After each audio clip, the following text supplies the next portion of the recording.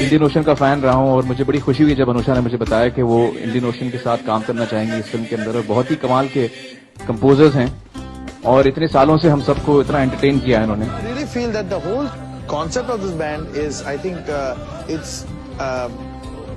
very original. I think the first original band to do.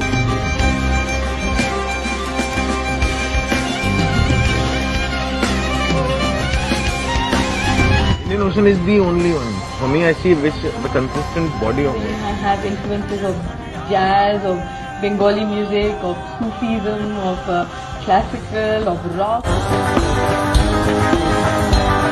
So nice to come across people who are not worried about which side of their forehead their lock of hair is falling.